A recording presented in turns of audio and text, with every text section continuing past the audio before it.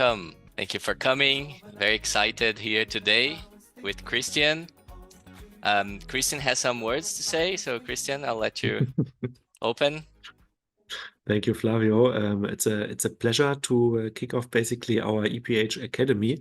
And for some of you that might not know us, myself, it's Christian Moldenhauer, Managing Director of Expert Powerhouse, and Flavio, CEO and founder from Highbridge.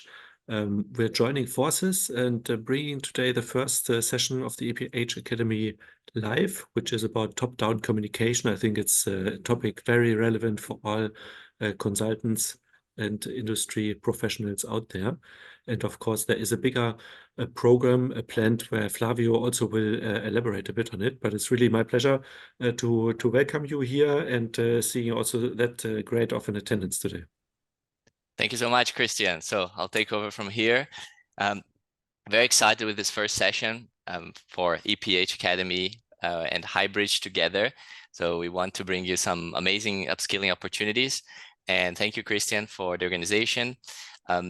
Well, we chose a very applicable topic to start with, top-down communication, right? It's very, very useful, something that you can apply next week, right?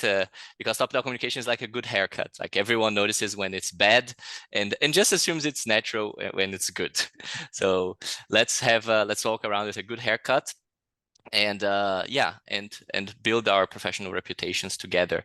So today, I intend to give you the most value possible in this time we have together. We have about 60-70 minutes, but I might also just bring some things also that you forgot to your conscious mind. That's important that you use these things that you already know more. And I also want to learn with you. So please share your opinions too.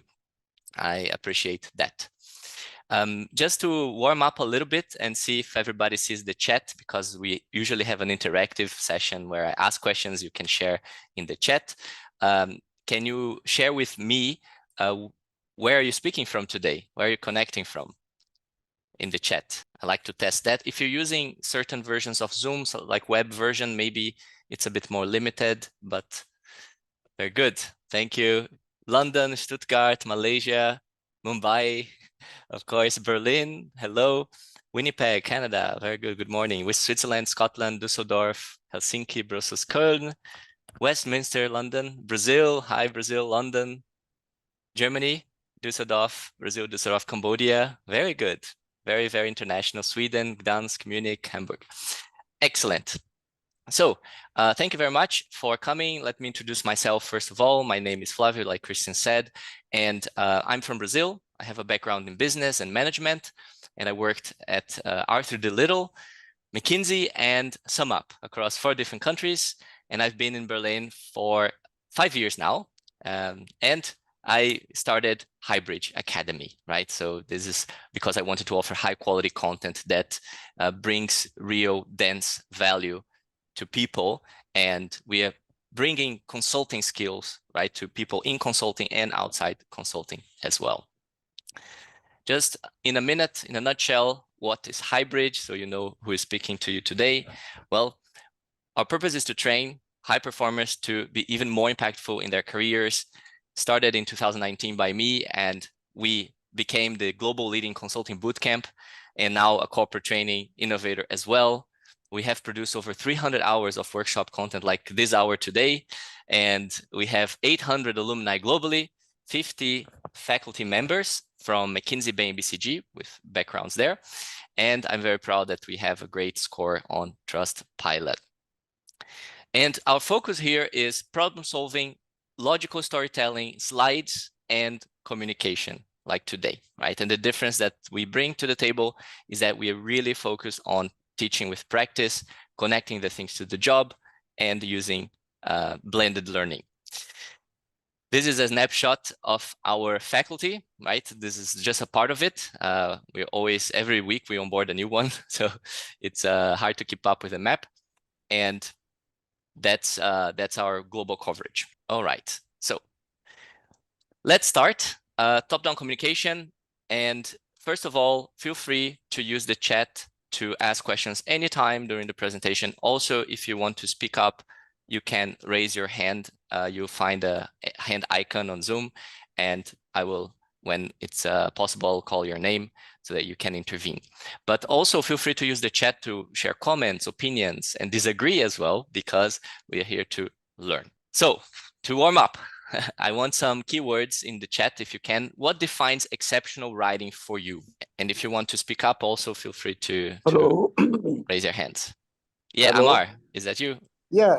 Okay. I had worked with your company EPH earlier, and now you are doing a very good job. So I wanted to tell you that congratulate you and wish very happy journey forward. Glad to have you. Excellent. Thank you so much. So I can see here in the chat, clear, concise, understandable wording, clearness, sharpness, very good. Clear and concise, so coming again and again, right? So these two words, being short and precise, about like sharp, precise, simple, simplicity, concise, simple, clear, catching storyline in the language of the target group. Excellent. This foreshadows a lot of the things we're going to talk about today, because indeed, exceptional writing is defined in general by clarity, conciseness, structure, right? And the ability to convey messages as effectively as you can, right? As possible. And some key aspects, of course, you also mentioned good storytelling, okay? Conveying facts and emotions, making content understandable to the audience you're targeting. So that's very important as well. Now, let's start with a quick exercise. And again, our workshops are very practical. So I'll share with you in the chat one email, and I want to spend 2 to 3 minutes reading it and finding improvement opportunities, right? Let's phrase it positively, not mistakes, but improvement opportunities. And be prepared to share what's your assessment with the group as well. So I share in the chat, take 2 minutes. I'll also project it here because I think I have this option. Yeah. So take 3 minutes and take a look at it. What can improve? Yes, first you tell everything in brief, and then you go on explaining, then everybody will follow it. Yes, thank you. Yeah, very good. I can see here in the chat, lots of comments already. It's too long, not structured. You need to reorder it, highlight. It's useless in this case here, yes. Use bullets, make actions requests more clear, agree, the call to action, right? Language contains unnecessary fluffs, qualifiers, agree, make it a bit shorter, excellent. So very, very good. I think we can cut short a bit the time and continue, because this email may look okay at first sight, but there are, as you can see, a lot of weird things about it. Sometimes we come across those problems in emails we receive, but sometimes we may commit some of those sins, even though maybe not all of them in the same email like here. So let's break this down a little bit. So first, subject line. People waste subject lines a lot, right? It's very generic to say just marketing, lacking the specificity about the content or the action that is required from the audience, right? So this might be overlooked because everybody here has a full inbox. You can assume that of your audience as well, and people choose what they're gonna click on. So you better use the subject more consciously. Second, there is an absence of like a clear call to action or start of the message, right? And maybe this conversation was a long time ago, following up on our conversation. So a brief recap might be necessary to remind the recipient of the context. I always say be a bit generous with people's memory because they might be juggling a lot of topics. And if you get them quicker on the same page that you want them to be, you're going to get your point across faster, right? Here, there is a common thing, right? I believe we could probably improve. I think someone called it fluff. So it's advised to express opinions more confidently if you can, whenever you can. Maybe don't dilute your points, right? Instead, say, we can significantly improve our digital funnel, and with confidence, because there's too many uncertainty in business already, right? Everybody is like uncertain, and there's so many maybes, and the world is changing so fast. People look for confidence, for assertiveness. Like, if you can back up your points, just say it. Don't say I believe or I think, because this is weakening your points in many instances. Now, this is one good thing about this email, right? It numbers things, but that's it. Next, we have here, like, we have a first point. Okay, there's one idea. The second point, it's clearly not an independent second idea. Like, if you look closer, it's a sub-bullet of the first idea, right? So it's a detail. It should belong together. And then we have what do you think, out of the blue, in the middle of the corpus or the body of the email. This is not really clear. What, like, for a person skimming it, they might miss it completely. So highlighting the actions is necessary, and sometimes batching them together, it's a much better choice. And next, we have here, like, it's beneficial to start with the main point, right from the beginning. And here you mentioned the idea, now it's the best idea, so maybe you can put this thing right up front. We also have another problem here. Can you spot it? I think when somebody is presenting, he should put most important points first, then I agree. number two important points later, and then in the last, the least important point, and then he can explain so that everything is emphasized very well. Exactly, and that's top-down communication. We are missing this here, right? So here the point is, like, it's another point pertaining to the first idea, the questionnaire. So it's lacking order, structure, and so on. So it's maybe a person is having ideas while they're typing, but they're not going back to rewrite their email in the most structured way, right? Now, another call to action buried here in the middle. They could support us with other topics too. So lacking examples may weaken your email, because you have to try to anticipate some of the most likely questions of the reader, right? So just mention what do you mean by other topics here. And here still, why do I think this? Again, bringing fragmentation, not organized, and so on, right? Even though you number the reasons well, you're missing here the overall structure. And finally, one more fragmentation in the end. This is belonging to point number one.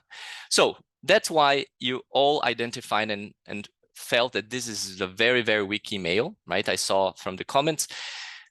So what is? Sometimes a message seems to be top down, but there's still many issues with it. So the most important thing about structured communication is making the points logical and clear, right? Having clear thinking so that you can organize those points in a way that is effective to the audience. Now, here is the original email. Take a look at how this email could look like if rewritten using a bit more structure and also better highlighting. If you can take a 30 seconds look. So you see the same content as before, logically organized, very easy. I give you the context. In the last Marketing Full meeting, we saw the numbers and we agreed that I would take a look. So you recap those things, right?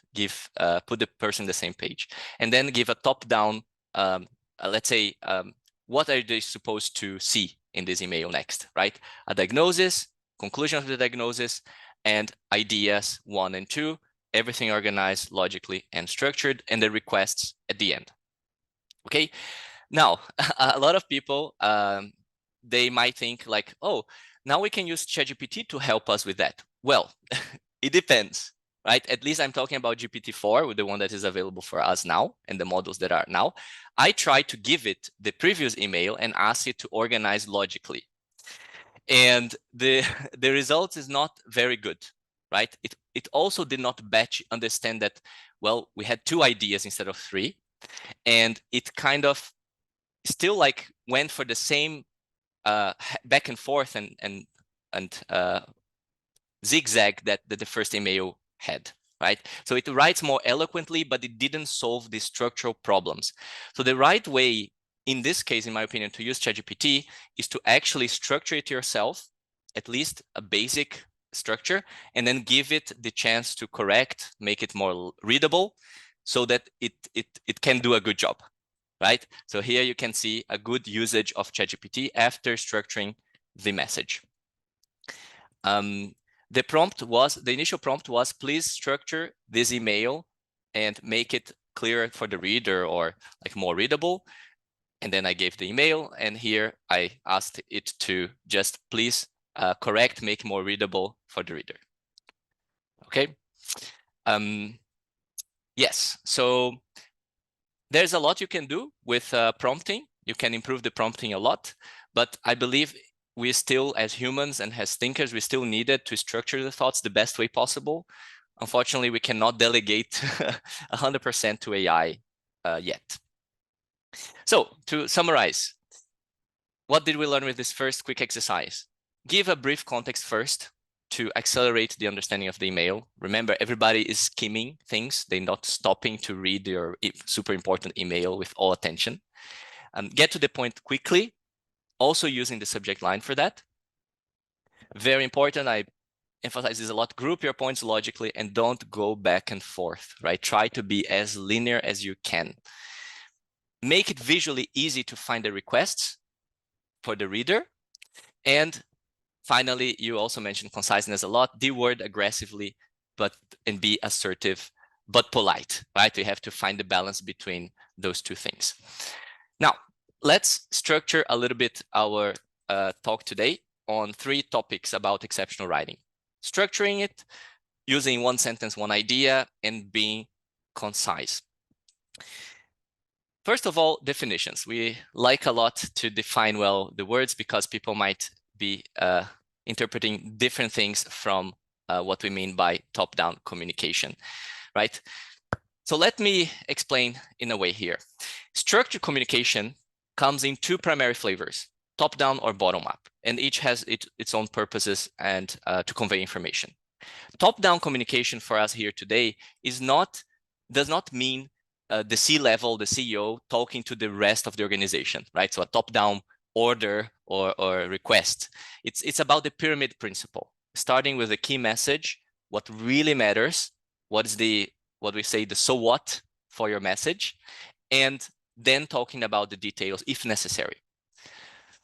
Top-down communication was perfected by strategy consultants because they had to talk to the C-level, who is very busy and has to deal with a lot of topics. So not a surprise that it was an ex-strategy consultant who wrote the book Pyramid Principle, right? Many of you know who that is, Barbara Minto. And the thing is, you really need to think clearly to be able to communicate top-down. And we're going to talk more about this today. Now, bottom-up communication, it's also can be also structured, and it's ideal for situations when top-down communication is not so appropriate. What do you think those are? Like, if I would ask you, what could be good use cases for bottom-up communication? If you want to raise your hand or use the chat.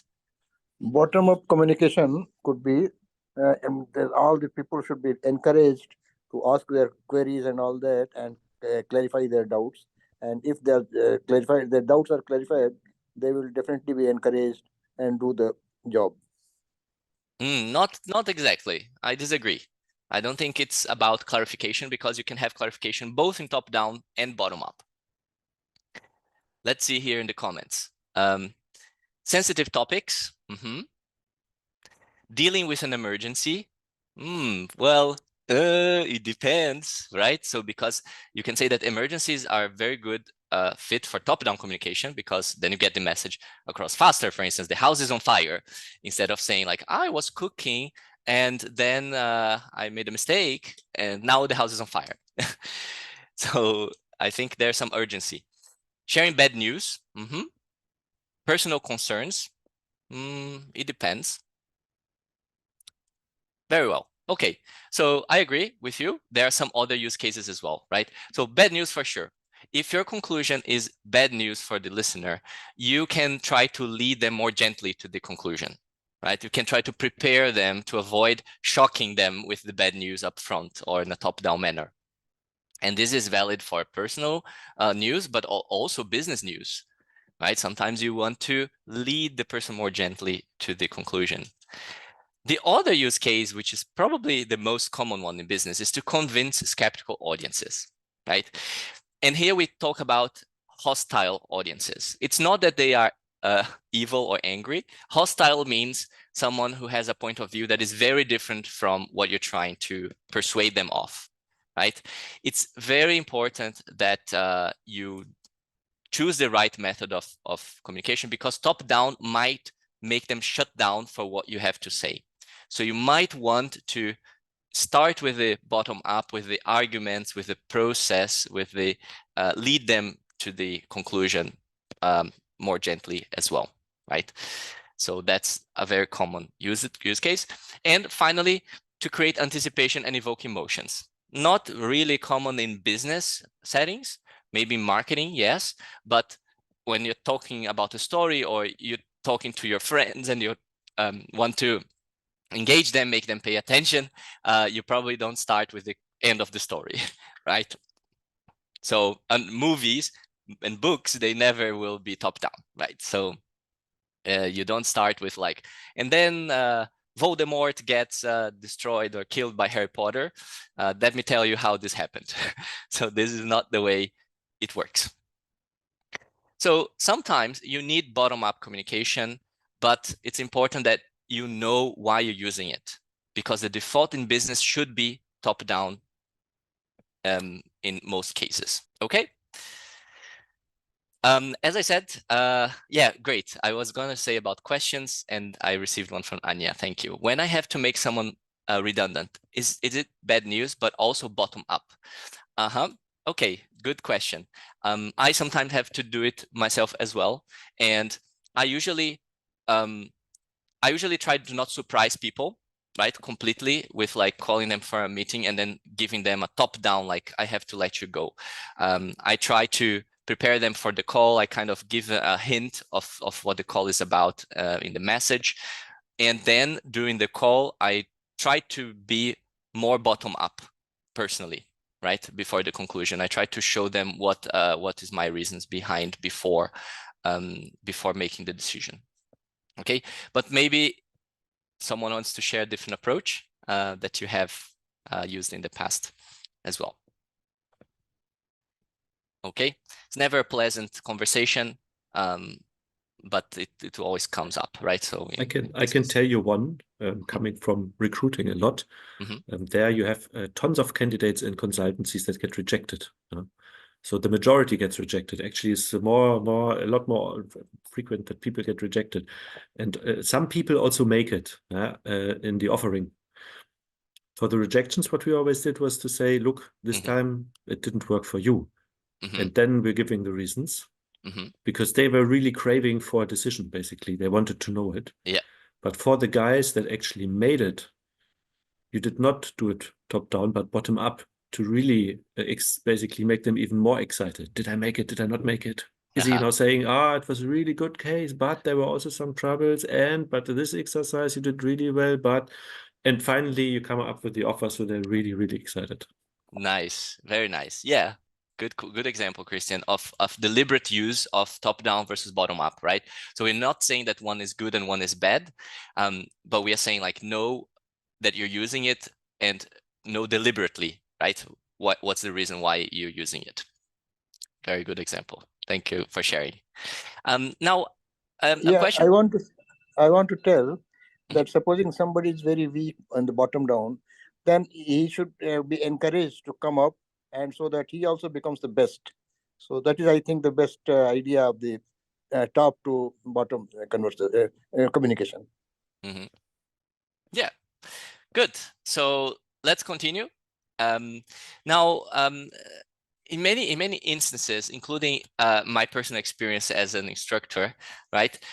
Sometimes we ask questions and we don't have a top-down answer ready yet. So it's a difficult question, complex, or something you haven't thought about.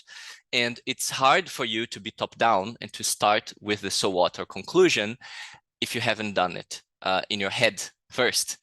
And my suggestion here when this happens is to first say that you are thinking out loud, right? So that people are prepared for a less top-down or less structured, even sometimes, answer.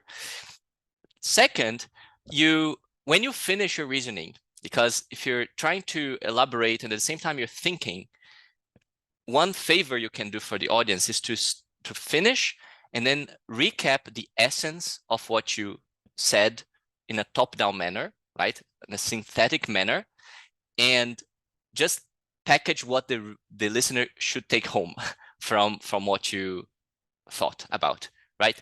Recap and synthesize your own thoughts in a top-down manner after you've done the out loud thinking, okay? And then you can mention like, what are the open questions or the next actions to take about this. All right, let's explore a bit more in detail top-down, because it's, as I said, the default option that we should use in business. And listen to this. Does this sound familiar? Someone comes and says, in recent weeks, our team has dedicated substantial efforts in this initiative. Initially, we consulted with Jamie from the research department to gather comprehensive industry insights. We analyzed the data. It became evident that the insights from the customer engagement surveys are more indicative of the trends. And incorporating the latest survey findings and correlating them with the market simulations, we managed to construct a detailed picture of potential growth areas. Presently, it appears that the technological sector in Germany presents a promising opportunity for us, although the analysis is ongoing and subject to refinement. So, typical communication that we want to avoid in business, which is bottom up with the process leading to the conclusion at the end, right? So that's exactly what we're trying to change in organizations, is to make it more top-down conclusion first. You start with, we have a promising opportunity in Germany, although the analysis is ongoing and subject to further refinement. I can tell the details about what we've done if you're interested, right? Also giving the choice to the listener if they want to double click on something, okay? In essence, top-down communication requires conscious effort, right? It's very important. Now, to represent it graphically, you start with your key takeaway, you select your arguments, and sometimes you go to a third level to use data to support the arguments of what you're trying to say, right? Sometimes it's an email, it might be a presentation, it might be a progress report or a verbal delivery, and then you have to adjust the level of detail to the situation. Now, a lot of people ask me this question here. Is the pyramid principle the same as problem structuring? Because you see, when we break down problems, you usually use this kind of issue trees as well. And it's not actually the same. Because when you're structuring a problem, you're typically doing analysis. You're breaking things down, right? And you have an issue, you break it down the first level component, right? Or process, and then second level, etc., etc. But the pyramid principle is about synthesis. It's about putting things together, but using only selected elements to build the pyramid. So it's not the same thing, right? One, you're trying to be exhaustive, the famous MISI. And in the other one, you are being selective and taking into consideration only what matters, because people's attention is limited. And also you might not have like 10 arguments that have the same importance. You might want to bring the 3 most important ones, which is the magical number, right? And the second question that I get a lot is, what if you're presenting and the audience needs more context before the top-down answer? We already touched upon this on the email. The solution here that we use a lot for in consulting and in business is the SCQ framework, right? Situation, complication, question, before you give the top-down answer. And then you give your reasons and then supporting facts. What is this SCQ thing?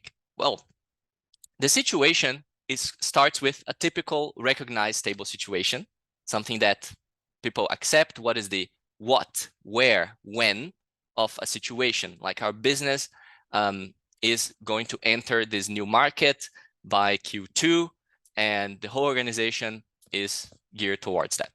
The complication is something that, of course, makes it challenging. Something has changed, something's changing or will change. We have to do something, provoke this change, right? It has to come from us. Or there are different points of view on something, so there's disagreement and misalignment. Any other complication here can appear.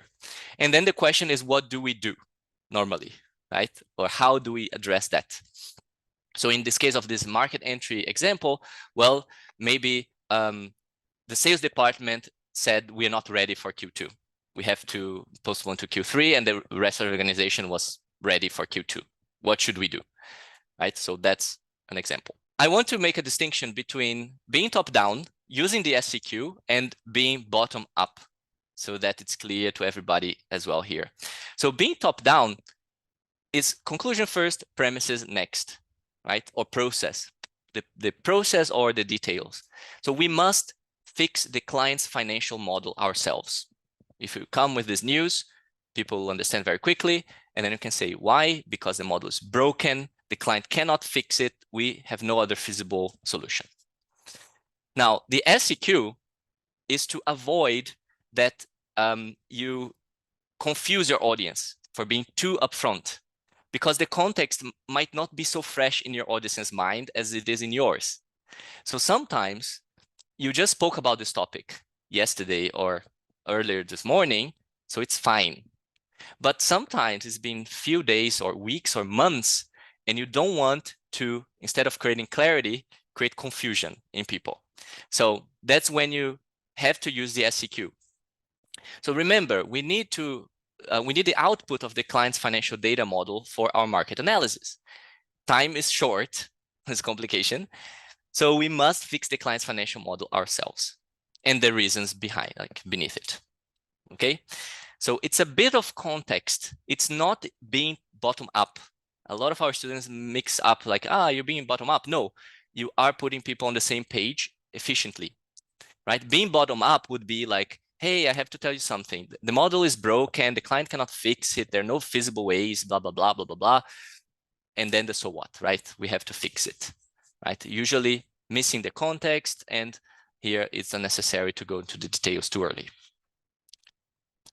Okay, so my recommendation for you is consider giving this brief SCQ to the audience before delivering top-down answer, and be short, but be short, because otherwise you might be perceived as a bottom-up communicator.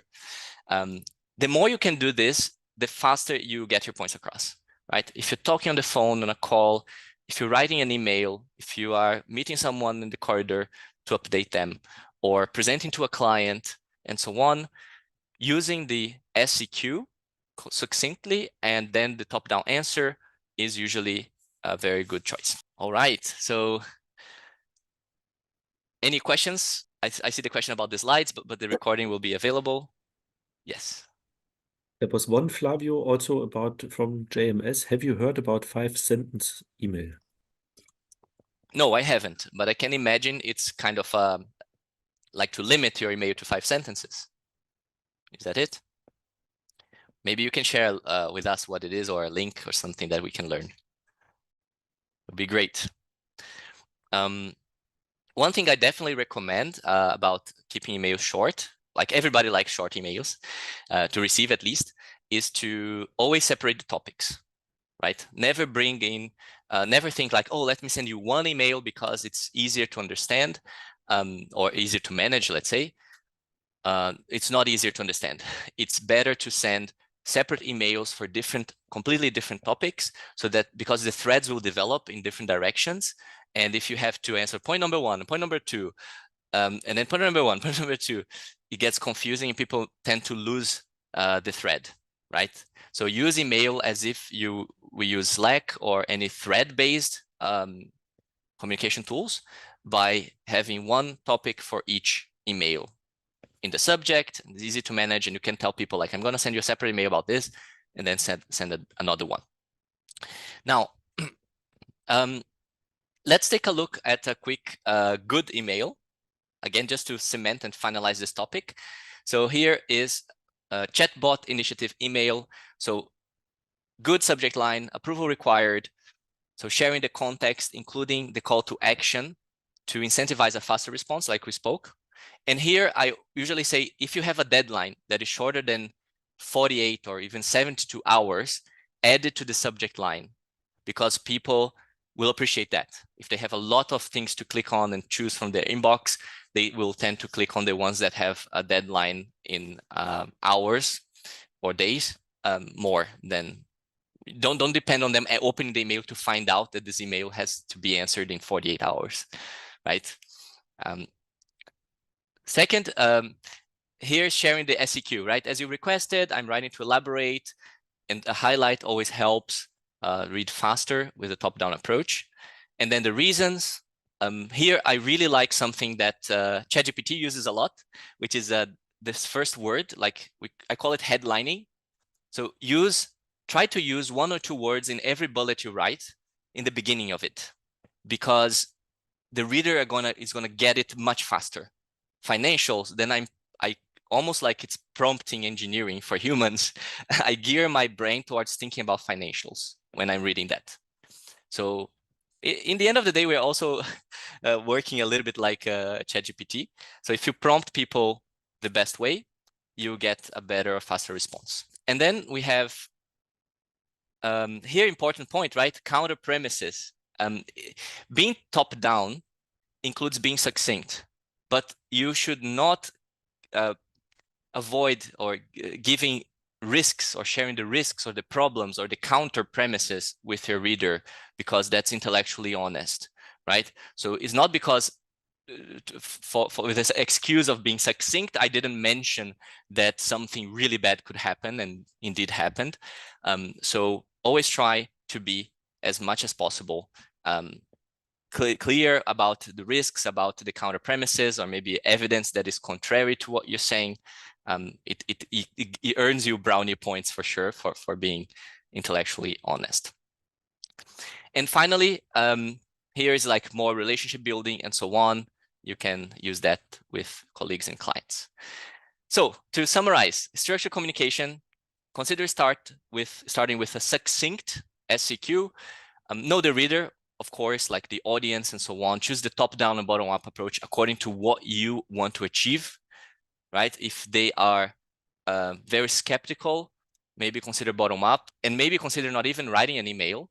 It's easier to persuade people face-to-face, right? Or to see their reaction, and that rather than writing a very controversial email. Organize and number your reasons and premises. We did that a lot, right? Logically, what belongs to what, and prioritize your points. Let's stop here to check if there is anything else. Christian, thank you for taking some of the questions. Great. Any other questions? I will move on, but if there is any, just ping the chat or raise your hand. Now we're going to talk a little bit about this very powerful, very, very used in marketing, okay, and blogs. Like if you want to know more about writing, just like check wisdom from blog writers, because those are the guys who have to write really well for people to stay hooked in what they're talking about. And one thing that a lot of blogs pivoted to is this: one sentence, one idea.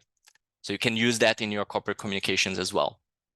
So take a look at this message. Not the best, right? Definitely. So how can we rewrite it? Well, we can use this principle of one sentence, one idea. And this makes it so much easier for you to, for you to understand what you're writing, because it's like Lego blocks. You're separating the blocks and saying like, I am apologizing, then I'm explaining why, then I'm explaining a sub-bullet of the why, the 40%, apologizing again, and then asking a question or confirming if the client wants to continue, right? So one sentence, one idea aligns with how our brains process information, and it's much easier to read, and it's more pleasant to read texts like this, right? I personally like even to put always spacing between the, so it's one sentence, one paragraph, and one sentence, one idea. Okay, you can of course already do this. I'm probably just reminding you of that. That you can do that. You can use bullets every time there's more than 2 items. Consider using bullets. And every time you have 7 bullets or more, consider organizing them in different categories, right? Because there's some research saying that 7 is maximum, like what number of things that you can process at one time or remember at a time. So it helps if you have categories. For instance, here are things that we can do in the short run, long run, or here are things that are related to the product and related to the price, right? More than 7 bullets. Think about how to classify them. So the key takeaways is a sentence works best when it contains only one idea, but there are exceptions, okay? I want you to take this with a pinch of salt and use your judgment, because sometimes you will need to build sentences that has 2 ideas as well, but maybe not 3 or 4. Finish your sentences, use more full stops. That's very good practice. And the bullet points are your friends.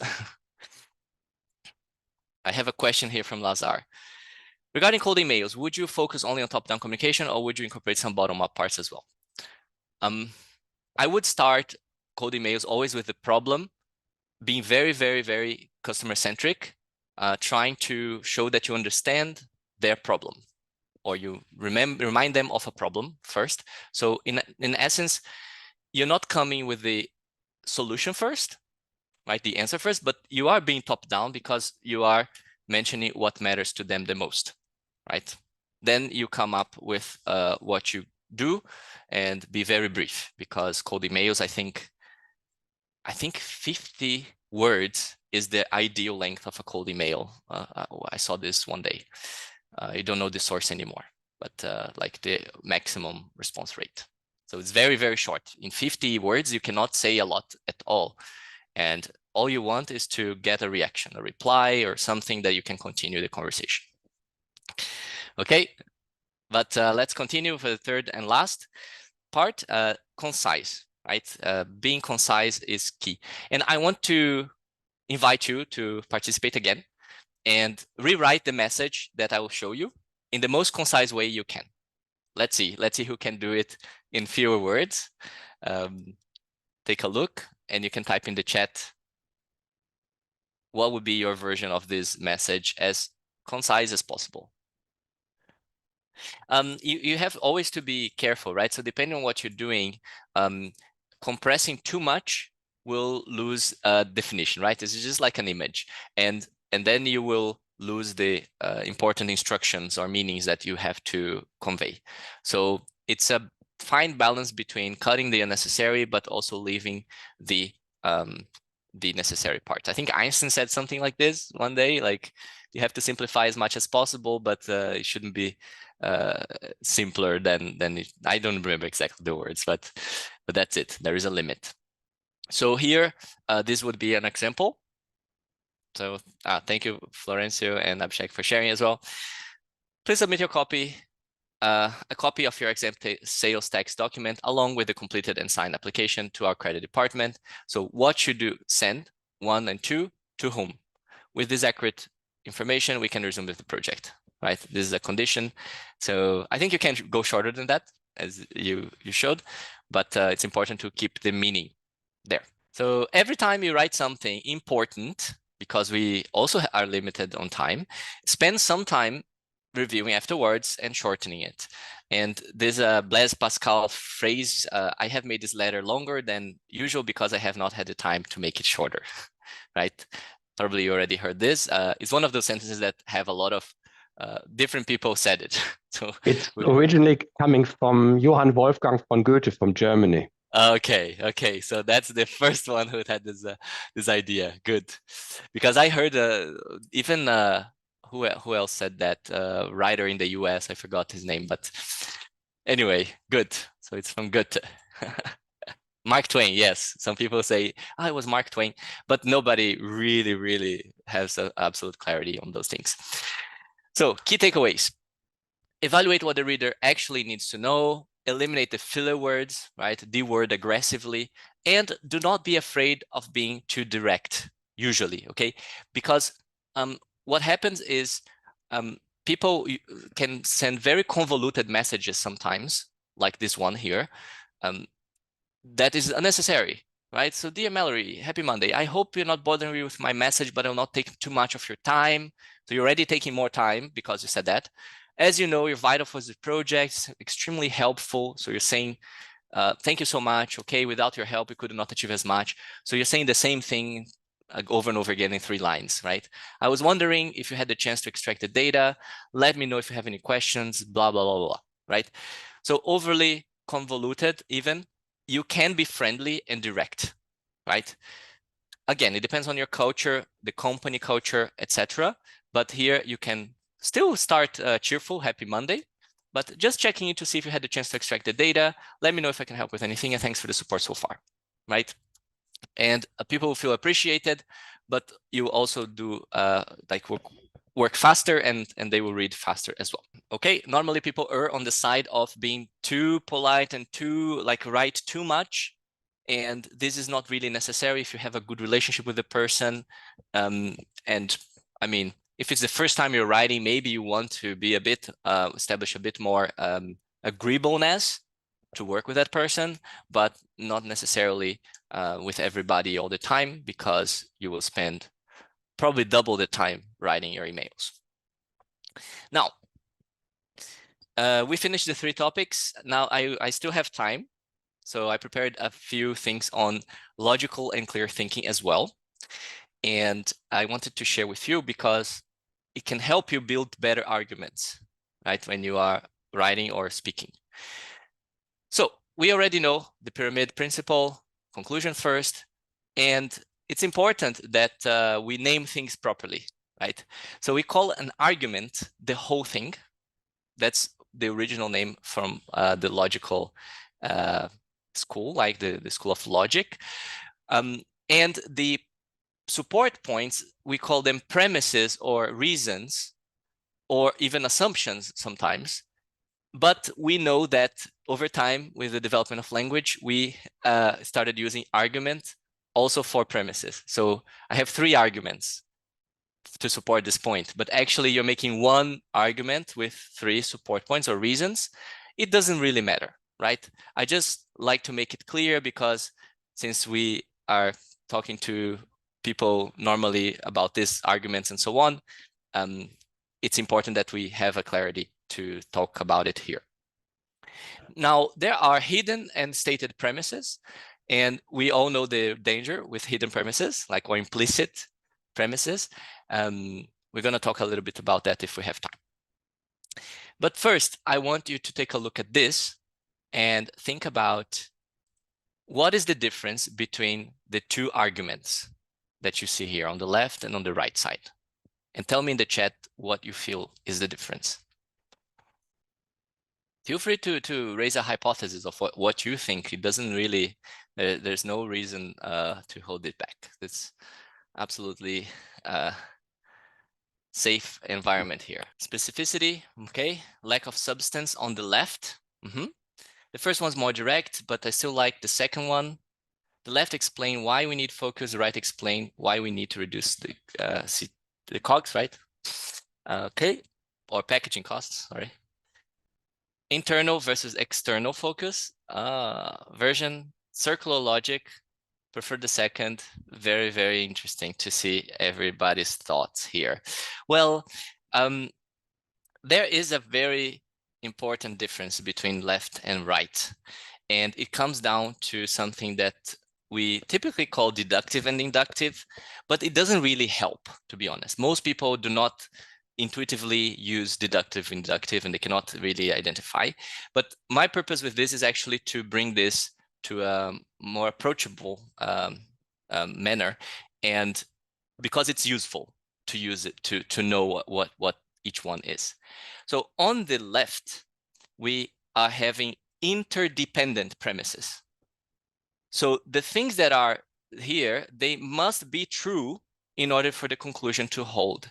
If I remove one of the legs, you cannot claim the conclusion anymore, right? So in a sense, it works a little bit like a multiplication. If you multiply something, a factor or something by 0, you have a 0 in the end. So it falls apart, right? And I usually say it's a therefore kind of argument. So 1, 2, 3, therefore the conclusion. Now on the right-hand side, here we have independent premises. If I remove one, it doesn't necessarily kill the conclusion. It might weaken it, but it doesn't kill it. So it's more like a sum. I'm adding things and I'm strengthening the conclusion. So I like to call it, it's likely kind of argument, right? A, B, and C, so it's likely, and it increases the likelihood, right? And that's precisely what we say we call deductive and inductive. But I prefer to explain it this way. People get it faster and they remember it better as well, right? So must be true and helps, kind of like, oh yeah, each argument here helps, but none of them is absolutely a condition for the conclusion, right? What happens a lot is that we mix them a bit, and we mix them without noticing, and we listen to them and without noticing it. But it's very useful to know what is a must be true part of the argument and a kind of, this supports the conclusion kind of argument, right? You can have both in the same argument, but try to have them at least for yourself clear what is a sine qua non condition, right? Versus what is nice to have. Okay, so here is another example. The model won't work. Cell B14 is broken, then the cell E67 depends on cell B14 working. The entire model falls apart if the E67 isn't working, so the model won't work. Now, the model won't work. It's my first model ever. It's the most complex model in the project, and no one can help me, so the model won't work. Again, it's a multiplication or an addition. You can add or remove reasons from the helps kind, and it just makes it more or less likely. It's like science works, by the way, right? So we have a scientific thinking that it's like that. You get the evidence that increases the likelihood, but is never 100% sure of anything. So that's it. So my invitation is start thinking about which reasons are really crucial for the conclusion and which aren't, but they can help, right? In business and in life in general, most arguments are the help kind. We usually use the right-hand side logic. Okay. Yes. And now I have a question for you, which is this one. If you have a must be true argument,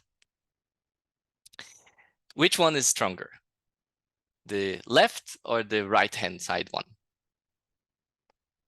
What do you think? The client should open a new factory in Vietnam.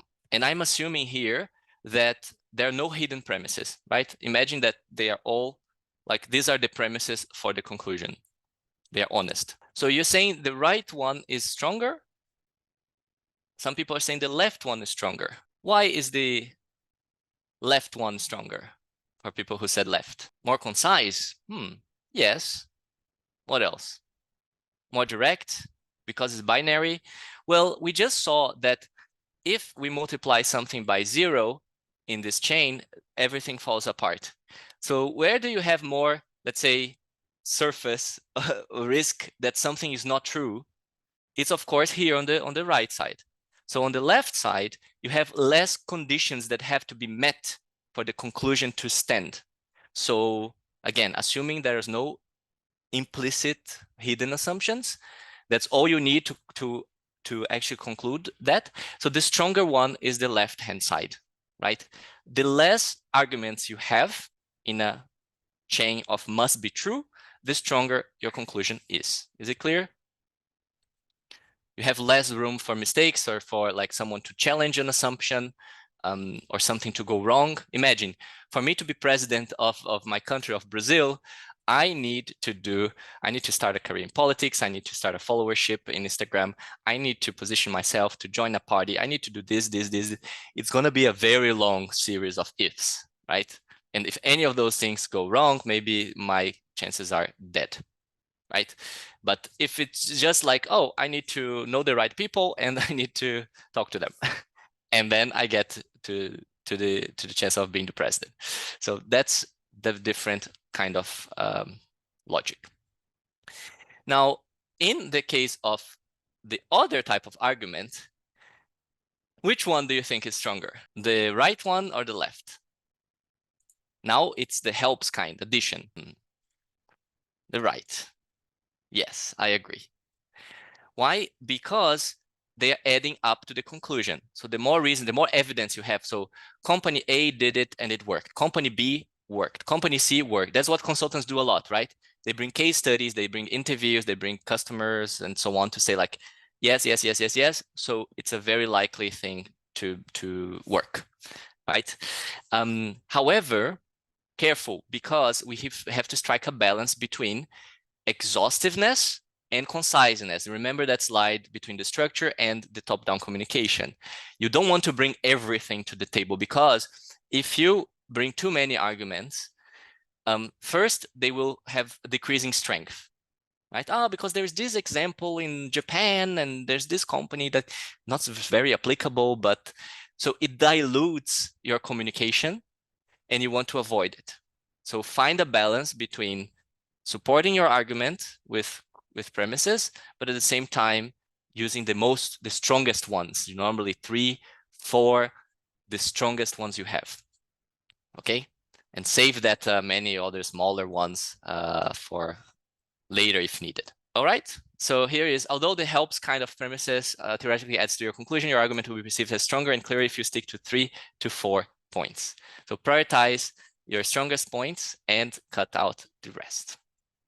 Okay, so I think this it's a good primer, I would say, for you to start next week already to write like even better emails that you can speak also in a better, clear way using the SCQ, using top-down or bottom-up, but deliberately, right? And organizing your arguments around what has to be true in a chain of events and what doesn't need, can add like to the conclusion. And this will be hopefully a value added. I wanted to talk just 1 minute about what we do together with EPH in our bootcamp, and I will stay for questions. So if you have questions, feel free to stay a bit longer. We still have a few minutes left. So the Highbridge core product is a bootcamp. So it's just like you're experiencing it here. It's a live course online, right? It's also available in recordings after the class, but it's essentially live, where there's lots of exercises, breakouts, and opportunities to practice things and get feedback. Okay, it's not a series of lectures. It involves active participation. That's how we learn, right? And we have a full bootcamp of 40 hours because it covers problem solving, logical storytelling, slides, communication, analysis, and so on. To communicate clearly, you need to think clearly, and we need more hours to actually reinforce and make that thinking more robust. So that's why we need this time with the class. There are two ways to do it. One is 2 weeks intense, so every day for 2 weeks. And there is every Friday, this variation as well, so that you have a week in between for people who work and so on. It's a much more convenient schedule. And today's class was a little bit of a taster of the Flawless Communication workshop. So we just had 1 hour together, but we have much more in the bootcamp. We have verbal communication, we have presentations, etc. Besides everything else. And you don't need to attend the full thing, right? The thing is very flexible. So all individual workshops are also available to you. You can always check out what times and time zones we are offering on the website. So in Highbridge, I'll share with you in the chat later. And we will send you a special offer after this workshop, right? So by early next week, we're gonna send you something that has special pricing, so that if you're interested in more content like this, you can grab that offer. All right, so as I said, I will stay a bit longer if there are any questions about the content today. If you have to leave, thank you for coming, and it was a pleasure to spend this time. Flavio, maybe also from my perspective, thanks a lot for taking, of course, the time today, bringing these insights. Yeah, I think it was a very, very, very good session. A lot of things came to mind from the good old consulting times, but of course, it's super relevant, the communication part to consultants, to everyone who's in professional services. Mm-hmm. So thanks a lot for the session. And of course, there are more sessions to come. So for everyone else also, yeah, please stay tuned. We're going to send you more information. And it's been really a pleasure kicking off the EPH Academy today together. Fantastic. It was my pleasure too. I'll share here my LinkedIn if someone wants to connect. And yeah, thank you, Christian. I appreciate the organization and the partnership. Very good. Fantastic. Happy to hear, Andreas. It was not boring. We try to keep the energy high. All right. I don't see any questions, but then have a wonderful weekend, everybody. Thank you so much. Bye-bye.